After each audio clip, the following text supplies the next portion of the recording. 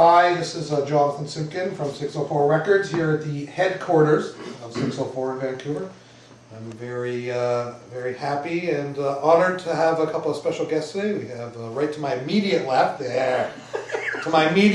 Mitch Merritt, guitar player Supremo, co-writer with Aaron Pritchett, father-to-be, wonderful son. There you go.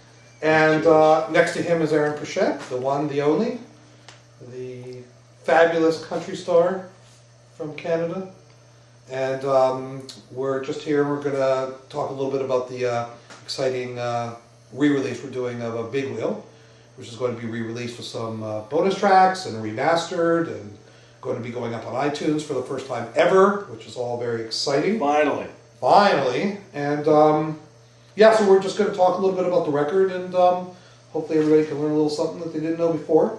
So the first thing I wanted to do was sort of take you guys back to the record before Big Wheel, which was Something Going On Here. Yeah. And that came out, I believe, in 2003.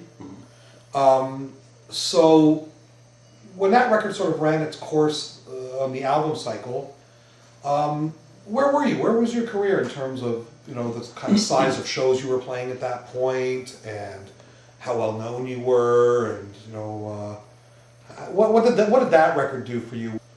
At the end of the run of Something Going On Here, Yeah. I would say we'd established myself as an artist on video and on radio to the point where fans were hoping for more. And we were playing clubs still at the time, which was a little frustrating, being, you know, you expect, as an artist myself, I expected to be playing big stages and, you know. Well, especially once you're on radio, I find out with a lot of artists, it's like, Oh, yeah. You're on the radio, why am I still playing these crappy clubs? Instantly you're going to be a huge star, and it doesn't always work out that way. What happened for us, especially, is what that did is it put a bug into people's ears, fans' ears, all in Vancouver especially, but moreover across the country. And what we needed to do was expand that and hopefully be able to play those big stages that we play now.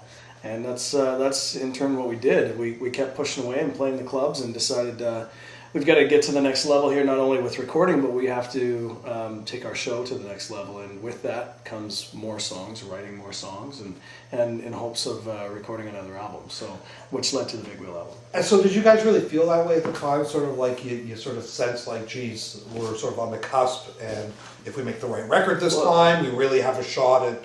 At that time, we were still like a bar band. We were still in the circuit. We still were doing Roosters every Sunday night. So that's what Aaron means when he talks about playing the clubs. You know, we still play clubs. We'll always play clubs. But you know, in terms of that point in our career, we said goodbye to the regular gigs. You know, Which locally meant around playing town. 4 nights a week, you know, 4 or 5 sets a night. This is just a one-off show that we do. Doing now. cover tunes Yeah. and, you know, other people's stuff. And My Way and New Frontier off that album really did a lot for Aaron's career. My Way was a big hit. New Frontier was a huge video for CMT.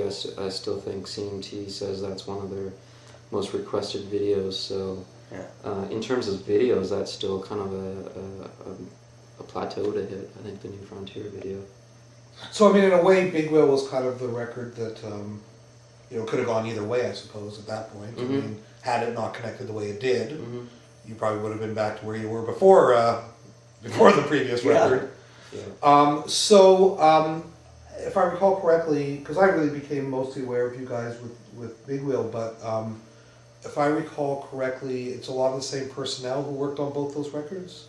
Not entirely, actually. Dean Marr, who's a good friend of ours, who's friends to all of us, was busy when we went in to do Big Wheel, and because we were working with time constraints with touring and trying to get the album out, Dean couldn't do it, which was unfortunate. We still had some great people that worked on the album, but it wasn't entirely the same crew. Pretty Dean, close, though. Yeah. Pretty close. Tom McKillop produced both albums. Tom McKillop produced both albums, A lot did of a the great players were job the for same. us. And Chappie played on first 2 albums. first 2, but not Big Wheel. Guitar Who was player that you from just said? Yeah. Paul Chapman. Oh, yeah. Great And who else guitar was player. on both Mike Norman? Mike Norman, Yeah, Mike John played on Diamond everything. played bass. John Diamond. Russ Paul was new to the Big Wheel, and which he's on the new album. Yeah, Russ Right. plays a key part. Russ Paul is a good friend of ours from Nashville. He plays steel guitar, electric guitar, and acoustic guitar.